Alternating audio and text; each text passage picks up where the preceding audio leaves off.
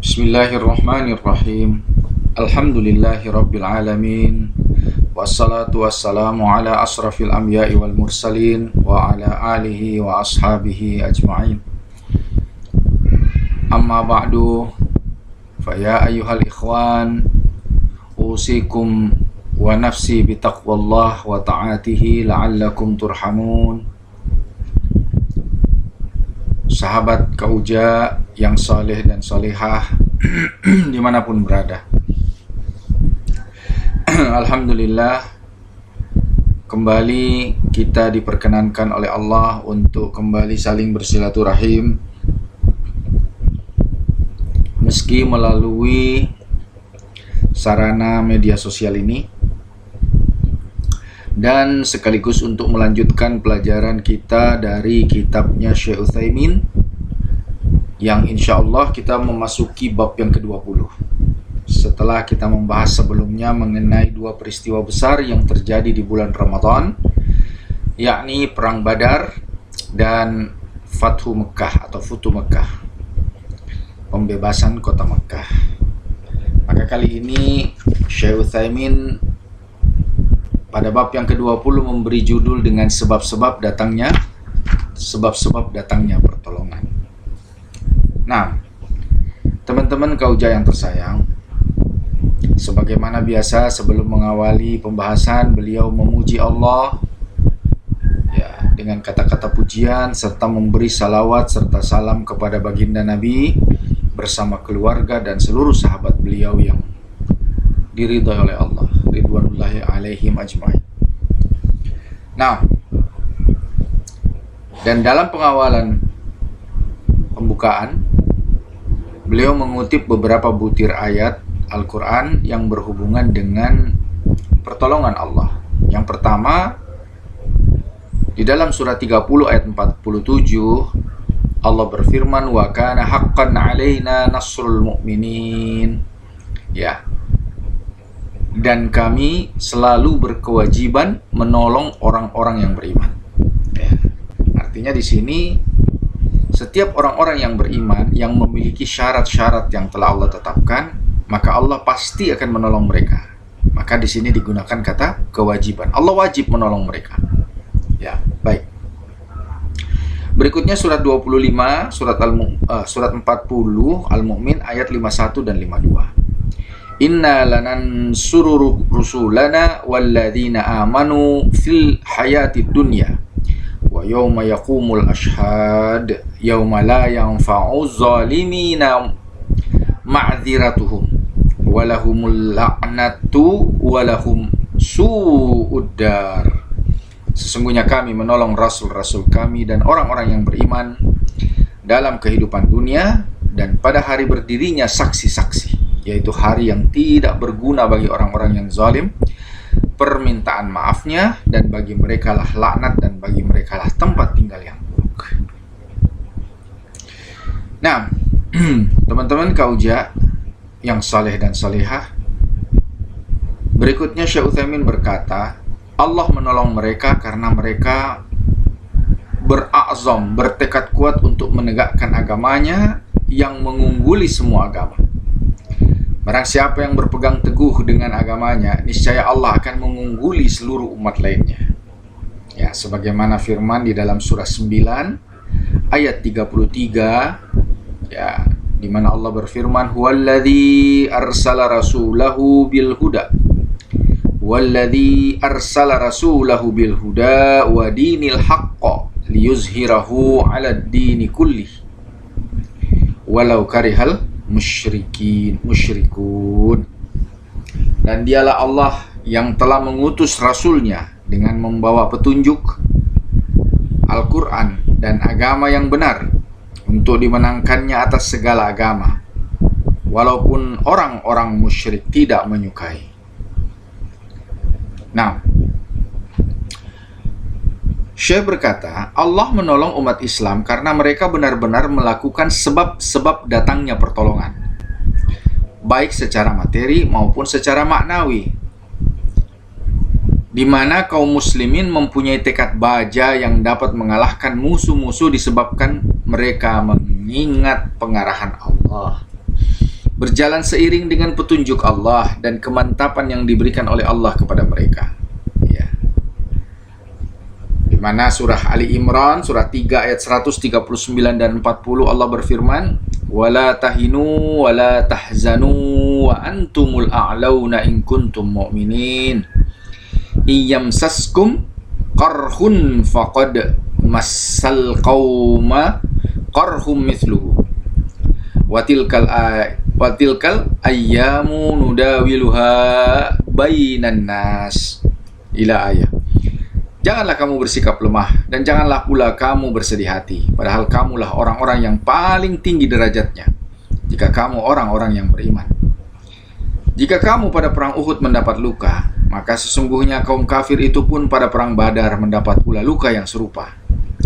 Dan masa kejayaan serta kehancuran itu kami pergilirkan di antara manusia agar mereka mendapat pelajaran. Ya.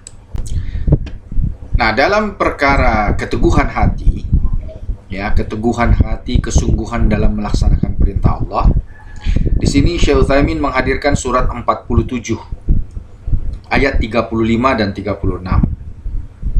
Ya, Allah berfirman, "Fala tahinu wa tad'u ila salmi wa antumul a'launa wallahu ma'akum wa lan yatirakum a'malakum. Innamal hayatud dunya la'ibu wa lahwun." Ila ayat. Janganlah kamu lemah dan minta damai, padahal kamulah yang di atas atau yang lebih tinggi dan Allah pun besertamu. Dan Allah sekali-kali tidak akan mengurangi pahala amal-amalmu. Sesungguhnya kehidupan dunia hanyalah permainan dan senda gurau semata.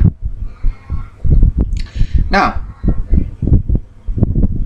teman-teman kauja yang tersayang, orang-orang yang beriman berjalan dengan dorongan kekuatan dan kemantapan ini, ditambah dengan tekad yang membaja serta kesungguhan.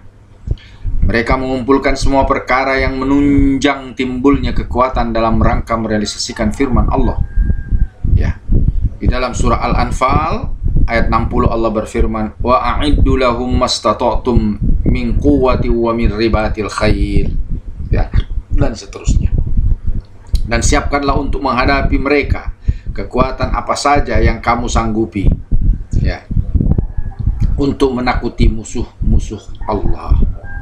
Nah, ini kata Syekh mencakup kekuatan jiwa yang tidak tampak serta kekuatan militer yang tampak. Akhirnya Allah pun akan menolong kaum muslimin karena mereka menolong agama Allah. Nah, teman-teman kauja, ya,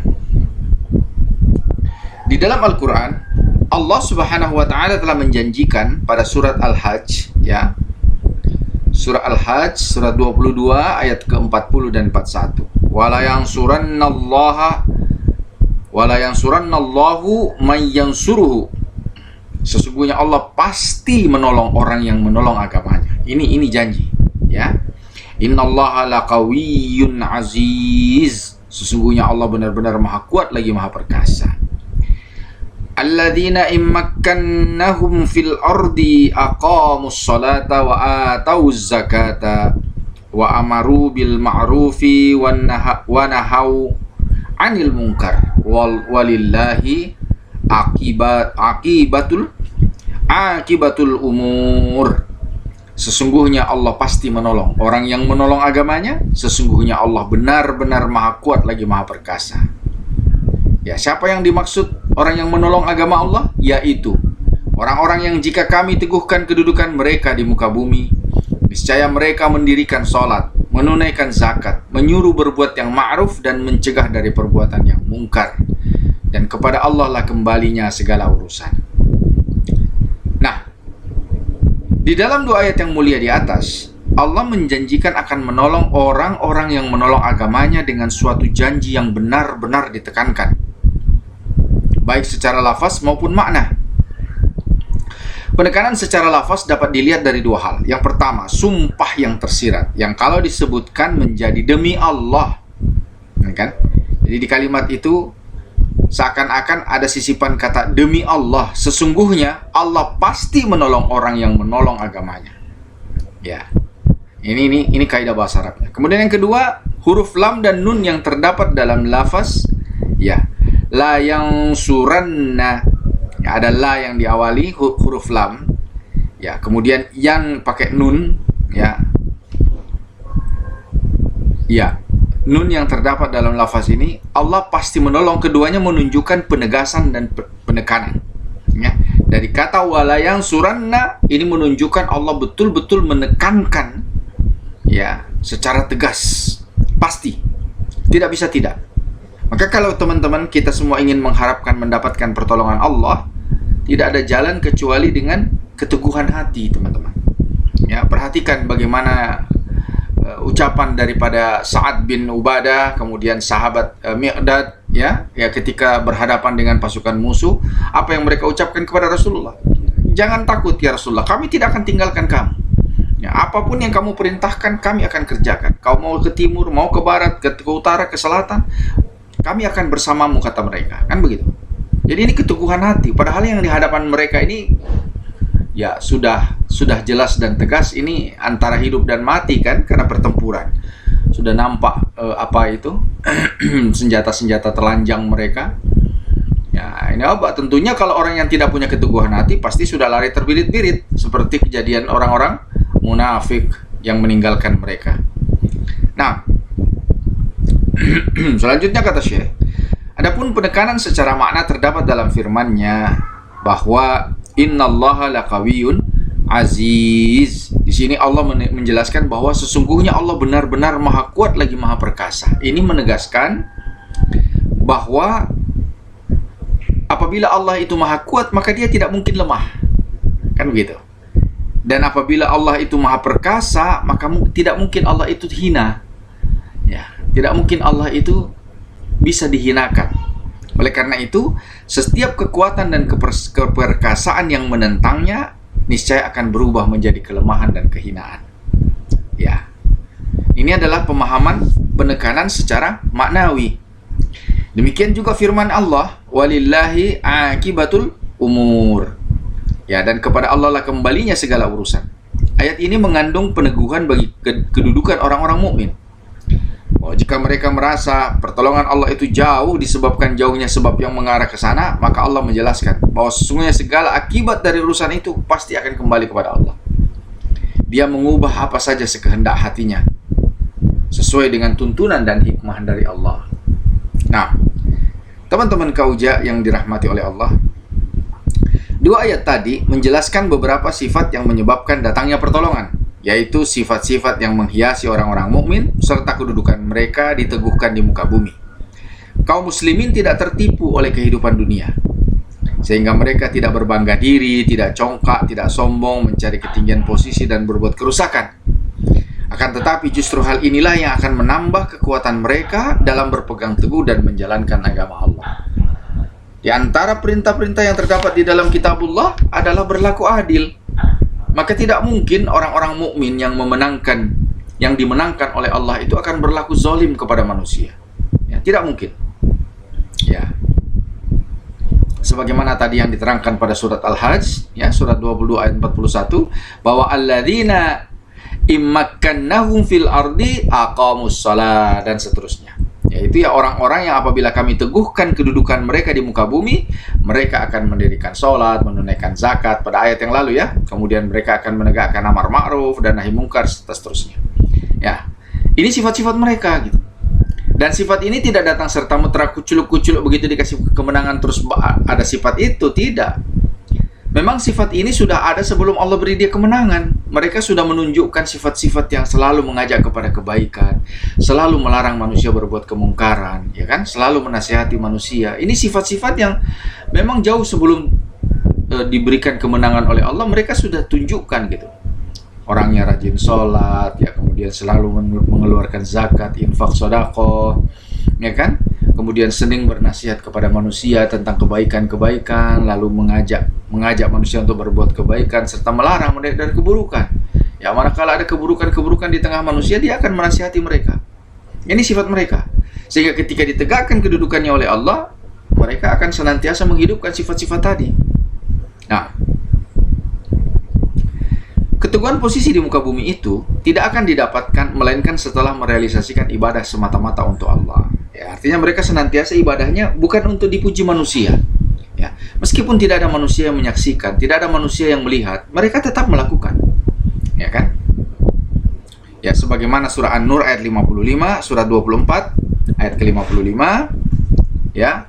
Wa'adallahu alladhina amanu minkum wa 'amilus solihati la yastakhlifannahum fil ardi kama stakhlafal ladzina min qablihim wa la yumakkinanna lahum dinahum alladzi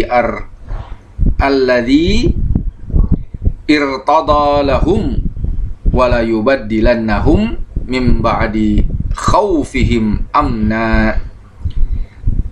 Ya, ya'budunani la yushrikuna bi syai'an. Ila ayat. Dan Allah telah berjanji kepada orang-orang yang beriman di antaramu dan mengerjakan amal-amal yang saleh bahwa Dia sungguh-sungguh akan menjadikan mereka berkuasa di bumi sebagaimana Dia telah menjadikan orang yang sebelum mereka berkuasa. Dan sungguh Allah akan meneguhkan bagi mereka agama yang telah diridhoinya untuk mereka, dan Allah benar-benar akan menukar keadaan mereka sesudah mereka berada dalam ketakutan menjadi aman sentosa. Mereka tetap beribadah kepadaku dengan tidak mempersekutukan sesuatu apapun dengan aku.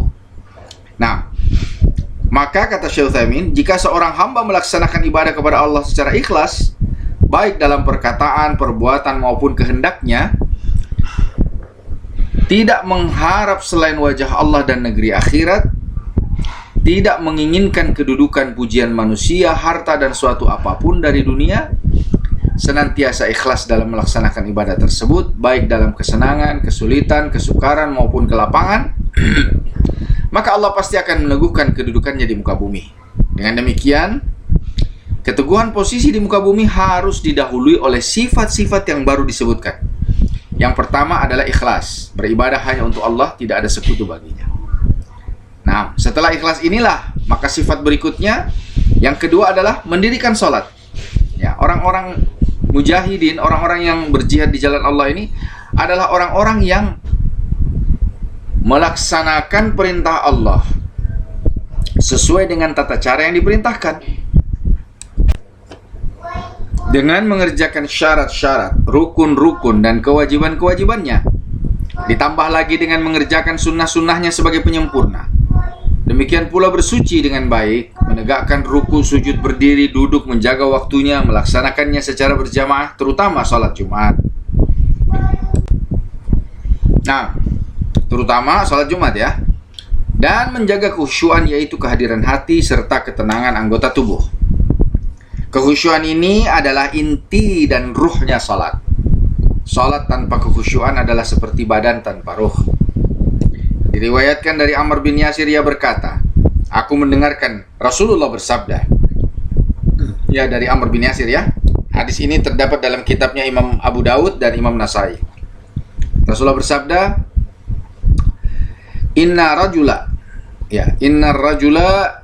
la yansarifu wa ma kutiba lahu illa usyru salatihi tus'uha thumnuha sub'aha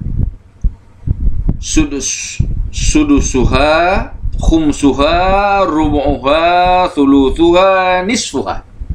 Ya, sesungguhnya setelah seorang selesai melaksanakan salat, maka akan tercatat baginya 1/10 pahala, atau 1/9 pahala, atau 1/8, 1/7, 1/6, 1/5, 1/4, 1/3, dan 1/2 dari salatnya. Maksudnya, pahala yang akan dia terima itu semakin mendekati kesempurnaan, itu semakin baik. Ya, makanya ada orang yang pahalanya cuma 1/10, ya kan? Pahala salatnya itu cuma 1/10. Artinya apa, teman-teman? Pahala salatnya kecil.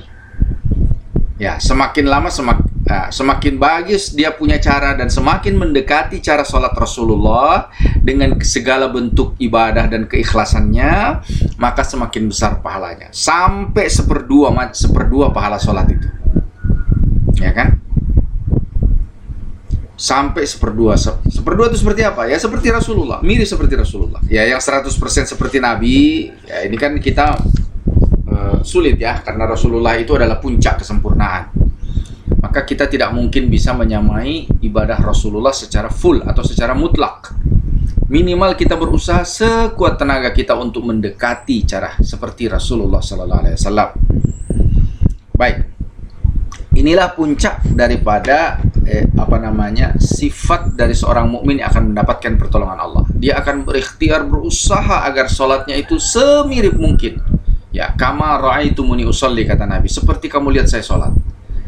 Maka kata seperti kamu lihat aku sholat itu bukan bermakna kita harus mundur lagi 1400 tahun yang lalu, tidak. Tetapi kama ra'aitumuni usolli ini, sebagaimana kamu lihat aku sholat di zaman kita pada hari ini, adalah membaca dan mengkritisi atau mengkaji hadis-hadis yang paling sahih tentang cara Rasulullah sallallahu alaihi wasallam.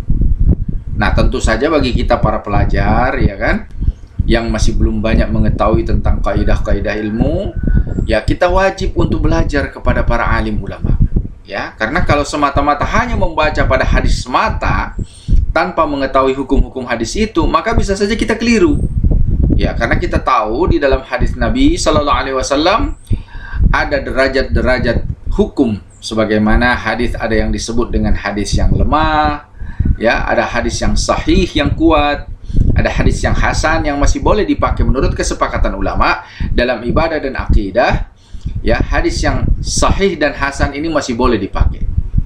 Ya, masih bisa digunakan. Hadis itu dikatakan sahih apabila sempurna. Ya, jalur periwayatannya, para rijalul hadisnya itu adalah rijalul hadis yang sempurna, yang thiqah, yang terpercaya. Ya. Nah, adapun hasan ini sedikit lebih rendah daripada hadis itu. Ya, sedikit lebih rendah. Mungkin salah satu di antara perawi ini ada yang memasuki usia tua sehingga dia pikun, ya kan? Tetapi ada hadis lain yang mendukung. Nah, misalnya ya. Jadi boleh jadi satu hadis itu lemah. Ya, tetapi jalur hadis ini banyak gitu. Banyak sahabat yang menyaksikan seperti apakah Nabi menggerak-gerakkan telunjuknya ketika dia tahiyat, ya kan? Ada salah satu hadis yang mengatakan bahwa itu lemah hadisnya. Tetapi ada sahabat lain yang melihat perbuatan tersebut dan meriwayatkannya, ternyata sampai kepada perawi hadis, ya, sampai kepada para imam hadis, jalurnya itu sahih semua, ya, thiqah semua. Maka hadis ini dikatakan sebagai hadis penguat, ya, sehingga hadis yang tadinya dianggap turun derajatnya seperti dia hasan atau dhaif, itu berhasil dinaikkan karena ada pendukung hadis yang kuat. Nah, itu salah satunya. Ya, selain itu ada juga hadis yang disebut dengan hadis lemah, hadis dhaif. Nah, hadis dhaif ini secara gampangnya gini loh, teman-teman. Hadis ini meragukan. Ya. Karena dia lemah, maka kita ragu, ini betul nggak Nabi ngomong kayak gitu? Jangan-jangan enggak gitu. Karena hadis dhaif ini hampir bisa dikatakan bahwa ini lemah sekali. Hadis ini lemah. Kenapa dikatakan lemah? Banyak sebab. Ya, salah satu diantaranya mungkin ada di antara perawinya yang betul-betul sudah tidak dikenal, ya kan, majhul, tidak dikenal dan seterusnya. Nah, kemudian selain hadis dhaif ada lagi yang disebut hadis maudhu, ya, palsu. Hadis palsu, karena salah satu di antara perawi hadis itu ternyata ditemukan sejarahnya beliau adalah pendusta atau pembuat hadis palsu. Ya, orang yang seperti ini, maka dalam perkara perkara ibadah dan akidah, hadis dhaif dan maudhu ini ditolak oleh para ulama. Tidak boleh dipakai. Ya, tidak boleh dipakai. Kecuali yang tadi Kak Uja telah terangkan, meskipun dia dhaif tapi ada syawahid, ada penguat. Ya kan, dari hadis-hadis yang sahih, maka dia dibolehkan.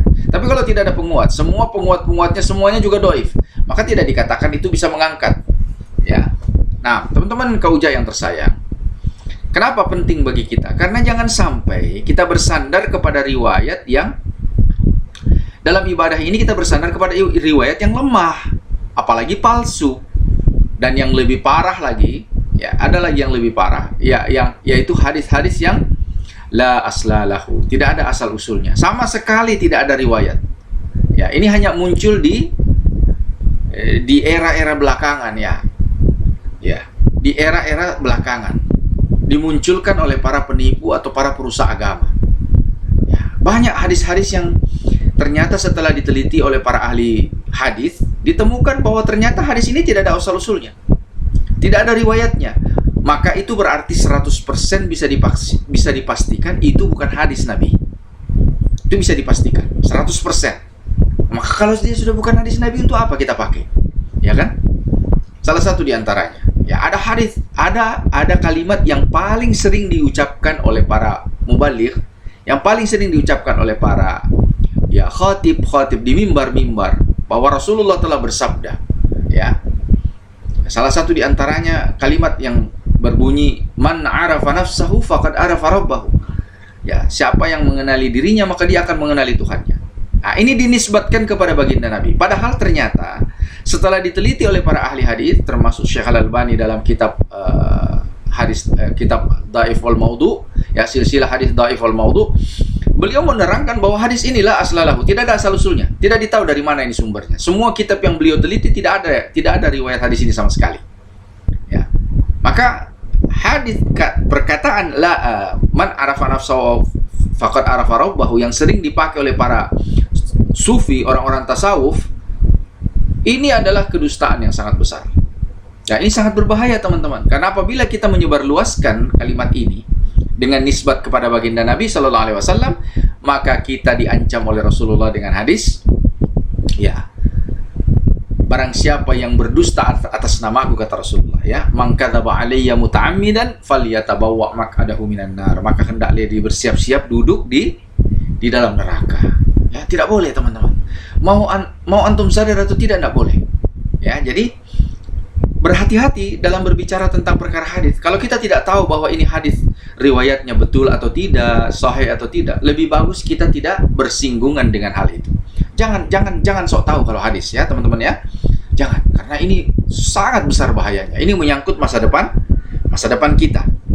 Nah, oleh karena itu, lagi-lagi Kak Uja ingin menekankan bahwa mari kita peduli dengan masa depan kita, terutama dalam perkara sholat.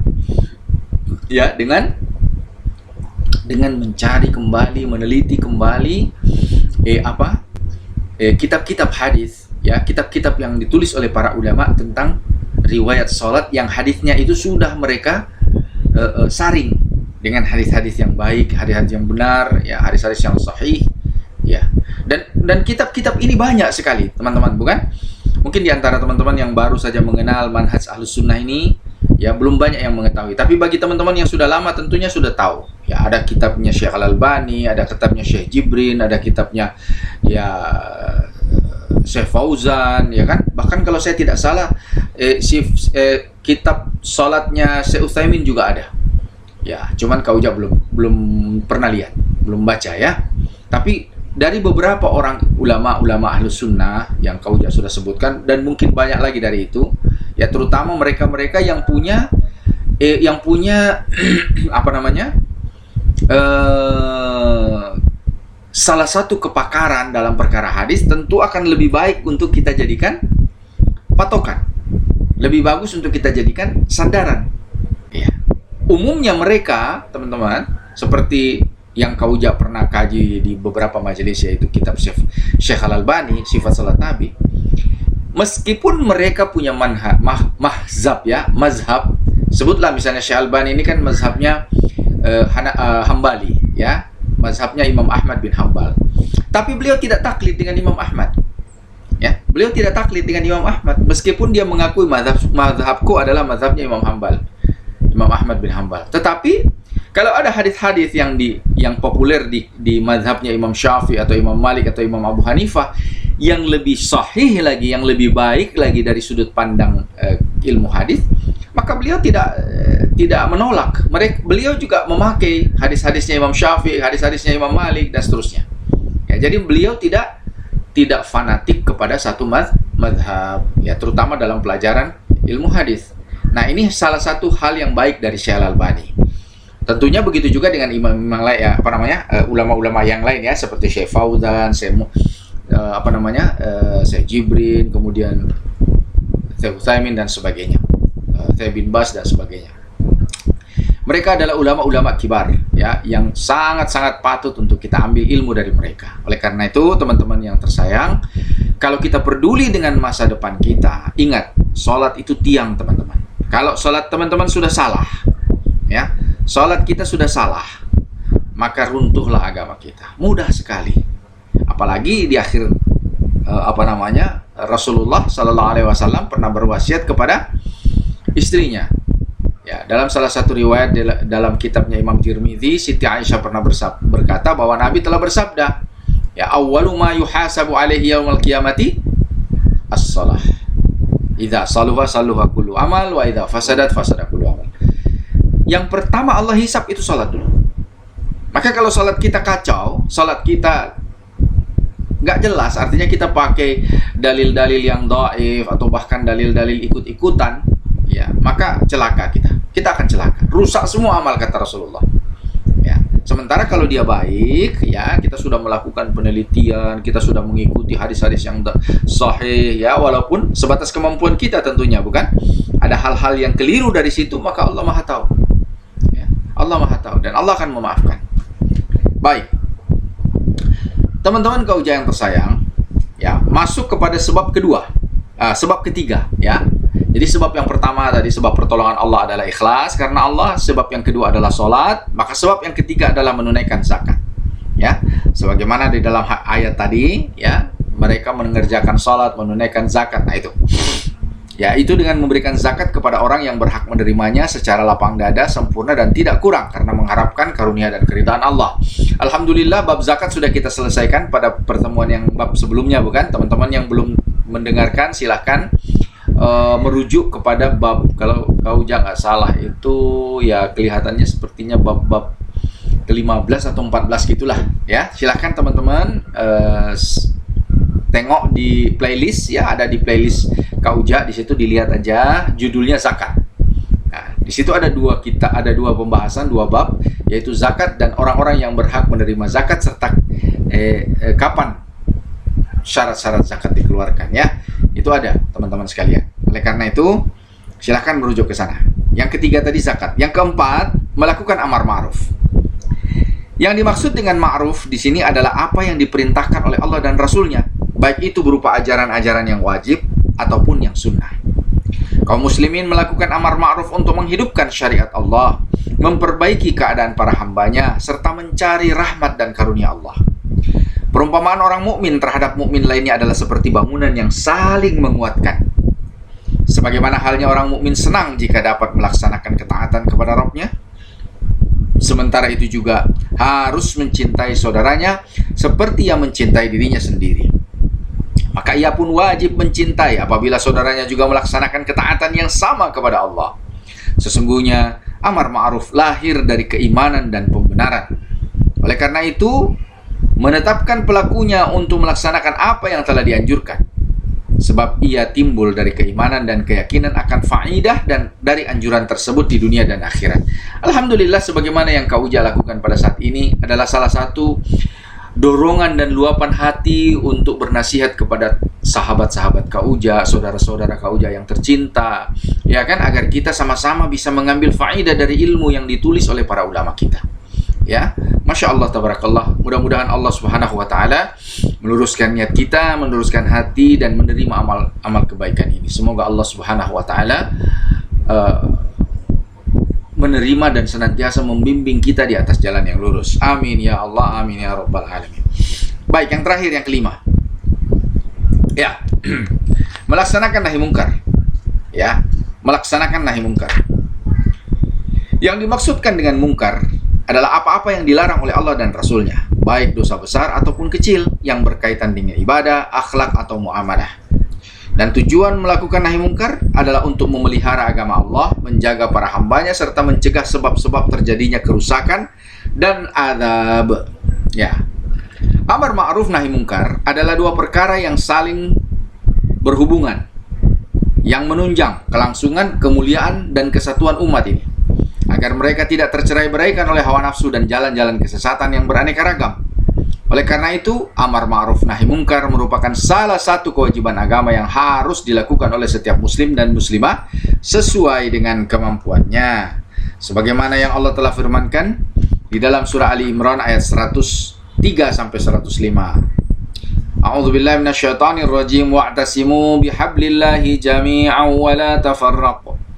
واذكروا نعمة الله عليكم إذ كنتم أعداء فألف بين قلوبكم فأصبحتم بنعمته إخوانا وكنتم على شفا حفرة من النار فأنقذكم منها كذلك يبين الله لكم آياته لعلكم تهتدون وَلْتَكُنْ مِنْكُمْ أُمَّةٌ يَدْعُونَ إِلَى الْخَيْرِ وَيَأْمُرُونَ بِالْمَعْرُوفِ وَيَنْهَوْنَ عَنِ الْمُنْكَرِ وَأُولَئِكَ هُمُ الْمُفْلِحُونَ وَلَا تَكُونُوا كَالَّذِينَ تَقَرَّبُوا وَاخْتَلَفُوا مِنْ بَعْدِ مَا جَاءَهُمُ الْبَيِّنَةُ وَأُولَئِكَ لَهُمْ عَذَابٌ عَظِيمٌ. Dan berpeganglah kamu semuanya pada tali agama Allah, dan janganlah kamu bercerai-berai. Dan ingatlah akan nikmat Allah kepadamu ketika kamu dahulu di masa jahiliyah bermusuh-musuhan. Maka Allah mempersatukan hatimu, lalu menjadikan kamu karena nikmat Allah orang-orang yang bersaudara.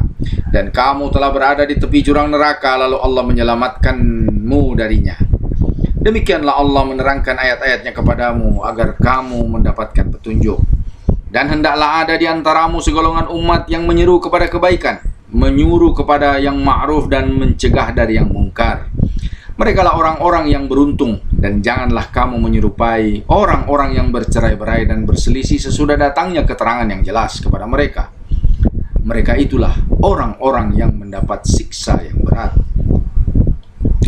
Nah, teman-teman kaujak yang tersayang, selanjutnya Syekh berkata, sekiranya tidak ada amar ma'ruf dan nahi mungkar, tentulah umat ini akan terbagi-bagi menjadi berbagai golongan dan benar-benar terpecah belah, sehingga tiap golongan bangga dengan apa yang ada pada diri mereka. Amar ma'ruf nahi mungkar juga menjadi sebab diutamakannya umat Islam di antara umat-umat yang lain, sebagaimana Allah telah memuji umat ini di dalam kalimatnya, kuntum khaira ummatin ukhrijat linnas ta'muruna bil ma'rufi wa tanhauna 'anil munkari wa tu'minuna billah. Ali Imran 110. Kamu adalah umat yang terbaik yang dilahirkan untuk manusia, menyuruh kepada yang ma'ruf dan mencegah dari yang mungkar serta beriman kepada Allah. Ila ayat. Ya. Maka apabila hanya melaksanakan amar ma'ruf semata-mata tanpa adanya nahi mungkar, maka ini adalah sebuah kekeliruan.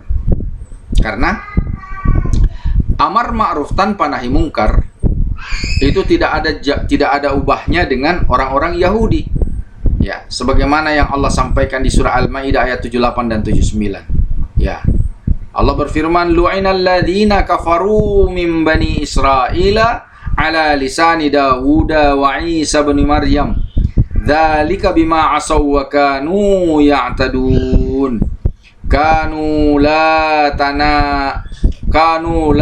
yatanahawna am munkar fa'aluhu labi'sa ma kanu yaf'alun. Ya, telah dilaknati orang-orang kafir dari Bani Israel dengan lisan Daud dan Isa putra Maryam. Yang demikian itu disebabkan karena mereka durhaka dan selalu melampaui batas. Mereka satu sama lain selalu tidak melarang tindakan mungkar yang mereka perbuat. Sesungguhnya amat buruklah apa yang selalu mereka perbuat itu. Nah, teman-teman kaujak yang tersayang, perhatikan di dalam keterangan ini bahwa Allah mencela dan menjadikan Bani Israel itu terkutuk atas lisan Daud dan Isa karena mereka tidak melarang perbuatan mungkar. Ya, amar ma'rufnya bagus, jalan amar ma'ruf, amar mengajak kebaikan, tapi yang jelek, yang mungkar itu mereka tidak tegur, mereka tidak seru mereka manusia untuk meninggalkan kemungkaran itu. Nah, ini penyakit ini sekarang banyak yang terjadi di tengah kaum muslimin, bukan? Banyak sekali. Ya. Yaitu kita merasa malu untuk menegur seseorang yang melakukan kesalahan. Ya kan? Padahal justru itulah salah satu sebab datangnya pertolongan Allah. Ya. Teman-teman Kauja yang tersayang, teman-teman Kauja, sahabat yang saleh dan salehah, ya itu nggak boleh hilang tuh ya, saleh dan salehah. Amin ya Allah, amin. Ya, ini adalah 5 sifat yang apabila terrealisasi seiring ditetapkannya petunjuk Allah dengan semangat, tekad serta persiapan kekuatan materi, maka dengan izin Allah pertolongannya akan segera tercapai. Ya, sebagaimana firman Allah dalam surah Rum, surah 30 ayat 6 dan 7, wa'dallahi la yukhlifullahu wa'dahu walakinna aktsaran nasi la ya'lamun ya'lamuna zahiran minal hayatid dunya wa hum 'anil akhirati hum ghafilun. Janji yang sebenar-benarnya dari Allah dan Allah tidak akan menyalahi janjinya. Tetapi kebanyakan manusia tidak mengetahui. Mereka hanya mengetahui hal-hal yang lahir saja dari kehidupan dunia, sedang tentang kehidupan akhirat mereka adalah lalai, ya. Nah, ini celaan Allah kepada orang-orang yang lalai atas janji-janji Allah. Perealisasian berbagai hal yang tadi disebutkan akan menyebabkan umat ini mendapatkan pertolongan Allah dengan kejadian-kejadian yang tidak pernah terduga sebelumnya, di mana seorang mukmin yang percaya dengan janji Allah benar-benar mengetahui dan menyadari bahwa sebab-sebab materi sekuat apapun itu sama sekali tidak akan ada nilainya jika dibandingkan dengan kekuatan Allah pencipta segala sebab. Dahulu kaum Ad membanggakan kekuatannya, mereka berkata, siapa yang lebih kuat dari kami? Lalu Allah pun menjawabnya. Ya, di dalam surah Al-Fusilat, ya, surah Al-Fusilat ayat 15 dan 16, Allah berfirman, dan apakah mereka itu tidak memperhatikan bahwa Allah yang menciptakan mereka adalah lebih besar kekuatannya daripada mereka, dan adalah mereka mengingkari tanda-tanda kekuatan kami.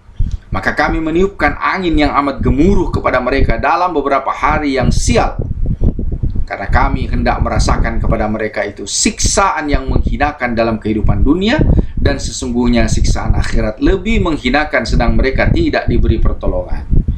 Nah, begitu pula halnya dengan Fir'aun yang membanggakan kerajaan Mesir dengan sungai-sungai yang mengalir di bawahnya. Maka Allah Subhanahu wa ta'ala menenggelamkan mereka ke dalam air seperti yang pernah dibanggakan oleh mereka. Kerajaannya diwariskan kepada Musa dan kaumnya, yang dalam pandangan Fir'aun mereka, Nabi Musa dan orang-orang yang beriman bersamanya adalah orang yang hina dan hampir-hampir tidak mampu menjelaskan hujahnya.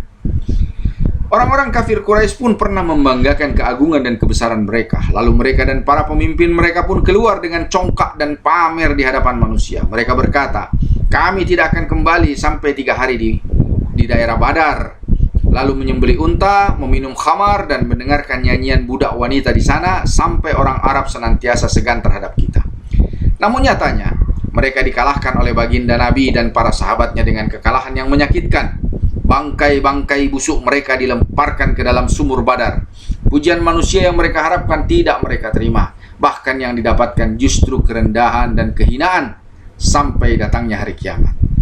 Adapun kita, kaum muslimin di zaman ini, hendaklah melakukan sebab-sebab datangnya pertolongan, melaksanakan kewajiban agama, menjadi teladan bagi umat yang lain, serta tidak mengikuti kebiasaan buruk mereka, serta memanfaatkan sarana-sarana perang modern dengan penuh keikhlasan dan kejujuran. Dengan demikian, tentulah Allah akan menolong kita sebagaimana Dia telah menolong para pendahulu kita.